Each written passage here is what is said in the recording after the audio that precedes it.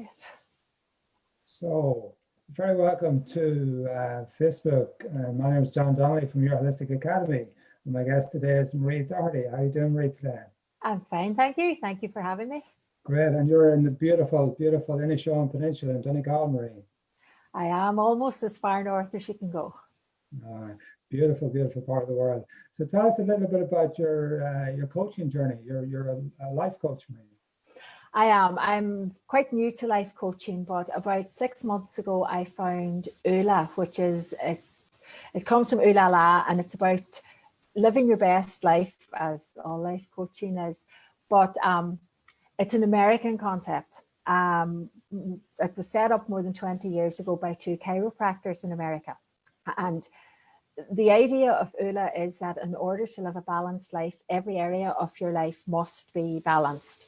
And if you spend all your time focusing on work or focusing on finances, that the other bits of your life end up becoming out of balance. So ULA looks at life under 7 headings. So you have fitness, finances, family, field, which is your career, faith, friends, and fun. And to begin the journey, you analyze your life where it is at the minute. And you answer some questions to work out kind of where you are in each section and which section maybe needs work and which section are you strong in. And then you sort of decide what your goals are and what your dreams are first, and then your goals that are going to take you to those dreams. And it's all about working on all 7 areas nearly at the one time, so that you kind of keep everything in balance and you can live a full life, instead of, when I would have started, my life would have been very much work orientated. And you know, you find that you spend all your time at work and the rest of it sort of slips, and it's to try and get everything balanced at the same time. Yeah, so the fun is important, and yes, and that's one we miss a lot. Yeah, and so it's a holistic sort of coaching style, really. Yeah, it is. Yeah. And your sort of your background is teaching, so you're a coach anyway, as a teacher. Yeah, I'm teaching. This is my 30th year teaching. Oh, so wow. I teach in a primary school. At the minute, I teach the 5th and 6th class, so the seniors ready to leave. But I spent 10 years in the middle of my teaching career actually working in homeschool. So I worked with the parents. And being from North Inishowen, a lot of the time parents maybe missed opportunities, or, you know, were very far away. And I met so many people who kind of regretted choices they made and didn't know how to change it. Yeah. And it was kind of that pushed me in the direction I went in, because I felt I wanted some sort of coaching that was accessible to everybody. Yeah. And I know when you mention life coaching at the minute, a lot of people think it's for people with business or it's for other people. So it was kind of something that, you know, we all have dreams, and they don't need to be to climb Everest or to travel the world. I mean, those are dreams, obviously, and people have them, but other people have dreams that are every bit as credible as those ones. Sure. So, I mean, coaching has made you a better teacher, would you say that? Absolutely. 100% better teacher, yeah. Because I don't think you can do anything, but I especially don't think you can teach unless you yourself are in some way balanced, because otherwise you're not bringing your whole self to it. And it's about self-care as well, Marie. Yeah. And when you work, and I've worked with a lot of teachers down the years, and teachers are notoriously bad at self-care, because by the time they do the teaching and then go home and do the home and the family, and they seem to fall very far down the list of priorities. I'm sure other occupations are the same, but I mean, I know teaching, and I know teachers are just not good at it because they don't have time. But I think it's something that you have to have time for. And is it stressful? Is teaching a stressful career, Marie, would you say? It is a stressful career. It's stressful because you're being pulled in a lot of different directions. Like, you have the youngsters, and at the heart of it all, the youngsters are why we're there. But you then have the parents who also have the best interest of the youngsters at heart, but sometimes we're coming at it from different angles. And then you have the outside influences, you have the Department of Education, and you have all that. And for the last number of years, they seem to have been loading extra things on teachers. And I know a lot of teachers are very disillusioned, and a lot of teachers they just feel the stress greatly. They feel that they're at everybody's beck and call, and they are letting themselves kind of be last on the list. Yeah, yeah. So you bring more skill sets. You bring all the meditation and mindfulness to your coaching work as well, Marie. Yeah. Well, for a long, long time, I've been doing meditation, and it's one of those things. It's sometimes I'm very good and sometimes I'm not so good. But in the last while, I suppose it's the whole thing of watching yourself and also watching people around you and realizing that the mindfulness and the meditation really, really does offer strategies for dealing with the stressful situations.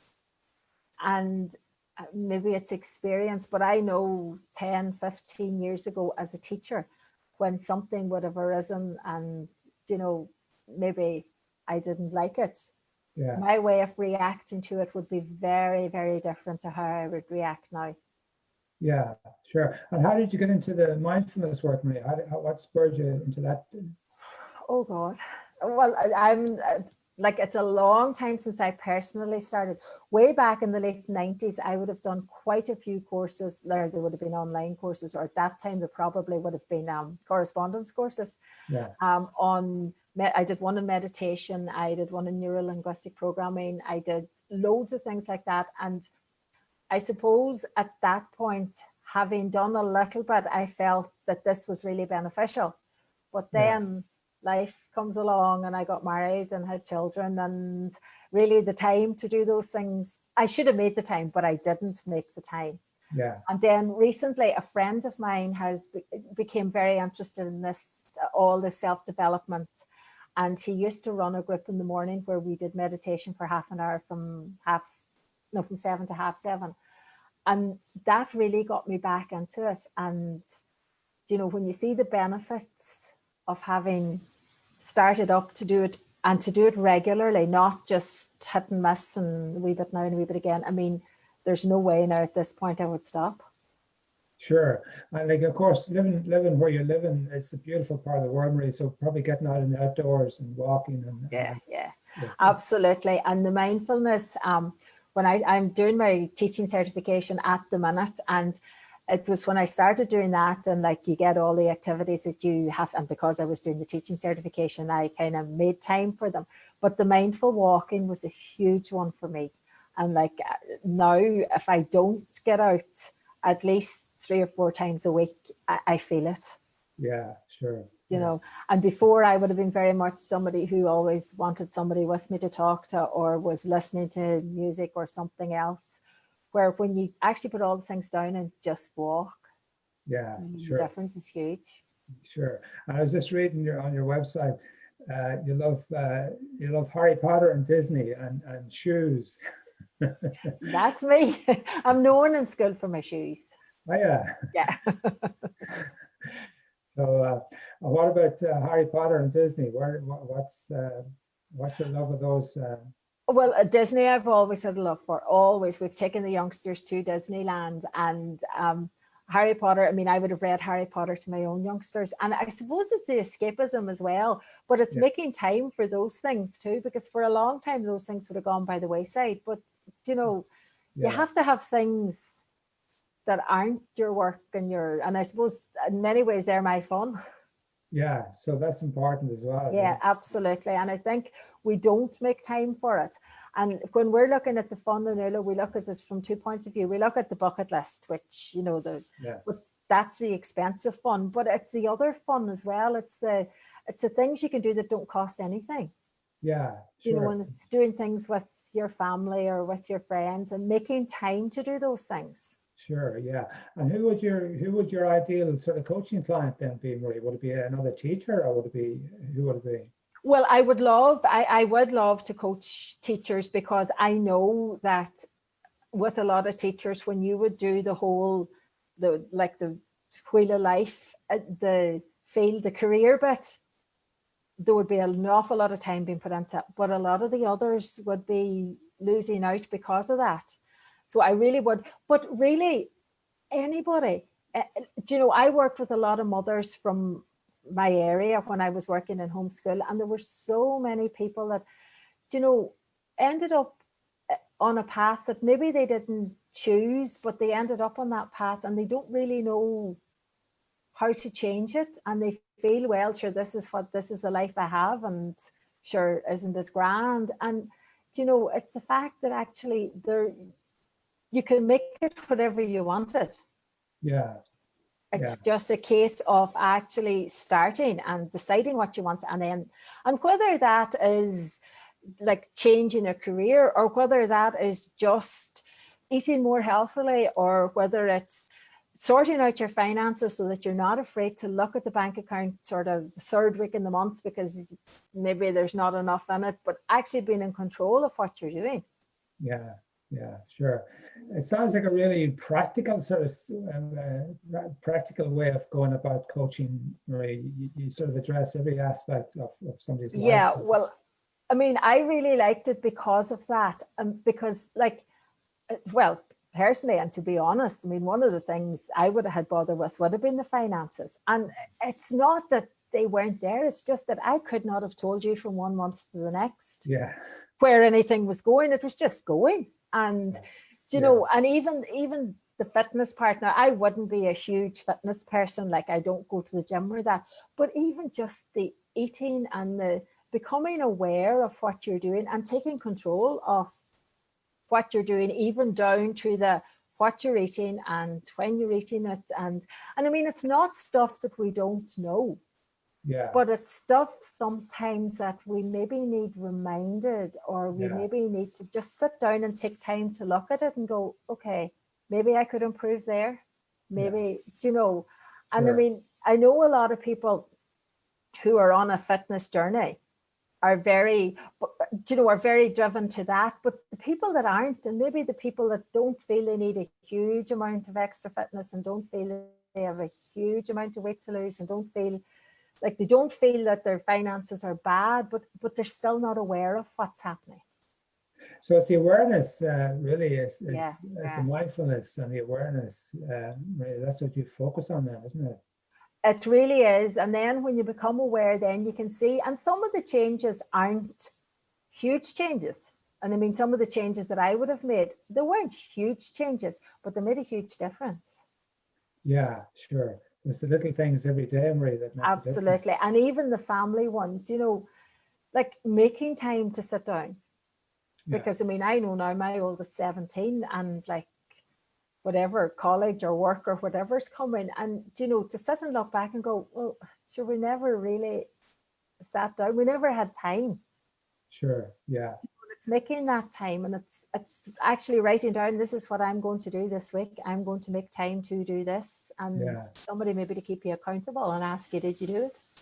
Sure, yeah. So your own children, would you recommend coaching or teaching or Oh, well, I would recommend teaching, because I love teaching. I mean, I absolutely love teaching. It's not an easy career. It really isn't an easy career. I would also, I mean, I would like, when I was bringing my own children up, I would like them to go into something that benefits other people, whether it's coaching or teaching or something else.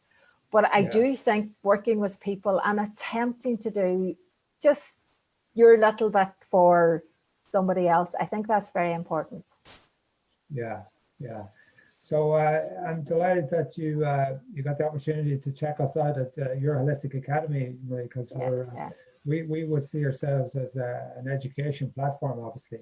So obviously with your teaching background and your coaching background, that's bringing great skill sets to the Your Holistic Academy. And again, you are a holistic coach, a holistic teacher, really. Yeah, well, I mean, holistic, like, even though I'm not qualified in other things, I would have at this point a huge amount of knowledge. I could sell books on most of them. And between books and online courses, I don't know as it being a teacher, but I do love learning and kind of finding out about stuff. like about a year ago, I got into Young Living oil. So I've done a huge amount of research on like essential oils and how they add into both the mindfulness and the coaching. And so, yeah, I would have a huge amount of knowledge, if you like, that I've gleaned down the years. But as well, I love the idea of the Holistic Academy because, well, my nature is doing courses and doing things like that. So to be part of something that might be providing that just is absolutely everything that I would stand for. Yeah, fantastic. So how can people get in touch with you then, Marie, if they want to be coached by you? Well, I have a website which is mariedortywellness.com. Yeah. And I'm on Facebook as Marie Doherty Wellness as well. But I have 2 Facebook groups. I have one where it's mainly people who work in education, and it's called I Teach, I Learn, I Grow. And it would have a kind of we would talk about the kind of stresses that come with teaching. But then I have another called Inspiring Intentional Living, which is for people who maybe don't want the advice for in schools or don't want the discussion around what happens in schools. So I have both of those as well. As I say, I'm very early on my journey, but I'm getting there. Super. So can you maybe just add the links to your groups and the links to your website onto the comments? I will, of course. Yeah. That'd be brilliant, Marie. Yeah. And I downloaded from your website finding the breath. Yes. And I have that document here. Actually, that's fantastic. Talk to us a little bit about that, about the breath, Marie. Well, when you mention meditation to a lot of people, they have visions of people sitting cross-legged on the floor, making funny noises. And I suppose it's making people aware of the fact that it's really not that. And the other thing is people think meditation is clearing your mind of all thoughts. And it's not that either. Yeah. And I think the breath is probably the easiest thing to use for meditation because it's obviously there all the time. And just the whole sitting down and breathing, doing nothing else but breathing and feeling the breath in your body for a few minutes. Like I would do it at school during the day if I find things getting a little maybe fraught, or if I find that I'm getting a little short-tempered, or if I'm even, something will happen and you totally overreact to it. And I would have trained myself now at this point to just breathe. And even the children are all sitting looking at me. They don't even realize I'm doing it, but it allows me that 10 seconds or 15 seconds to just stop. And it's just 2 or 3 deep breaths, and it's feeling where you can feel that in your body. Is it in your belly or in your chest, and just concentrating on that for 10 seconds really does the trick. Fantastic. And would you teach the kids? Would you teach that to the kids in school? I do. I would do little bits of meditation with the kids every week. Now, obviously, when you're doing, I have 32, 11 and 12-year-olds, and at the minute, with the way things are, they have to sit in their seats and and there's so many have-tos. But I would teach them. There would be very simple meditations, but we probably can do about 10 minutes at this point. There is an Australian website that I use sometimes, and I'm kind of thinking, okay, it's time it wasn't Australian, it's time it was Irish. Yeah. But where they talk them through the guided meditations. It's very hard to guide it and to watch to make sure, because it's funny, a lot of children are reluctant to close their eyes. Yeah. Unless they know that you're kind of watching and you're going to make sure nobody else is going to do anything to them. So it's very hard to do it all. So it's nice to have something that you can use to do the meditation and then just watch and give everybody the security of knowing that you're kind of watching. Brilliant. Yeah, it just reminds me, I'm thinking about Shetty, Think Like a Monk, and there's a story in that where he talks about in the Eastern tradition, there's a 10-year-old child teaching the 5-year-olds, and he's teaching them how to breathe. And he says to Shetty, "What did you learn when you went to school first?" So he said, "I learned mathematics and how to add 2 + 2. What's the first thing you?" And Shetty said to the little fella, "What's the first thing you learned?" He says, "I learned how to breathe." So that was the first thing they were taught. Yeah. And it's amazing the number of youngsters that actually aren't aware of it at all. Yeah. Well, And if you mention breathing, they start lifting their shoulders like this, you know, because they think that's where they breathe.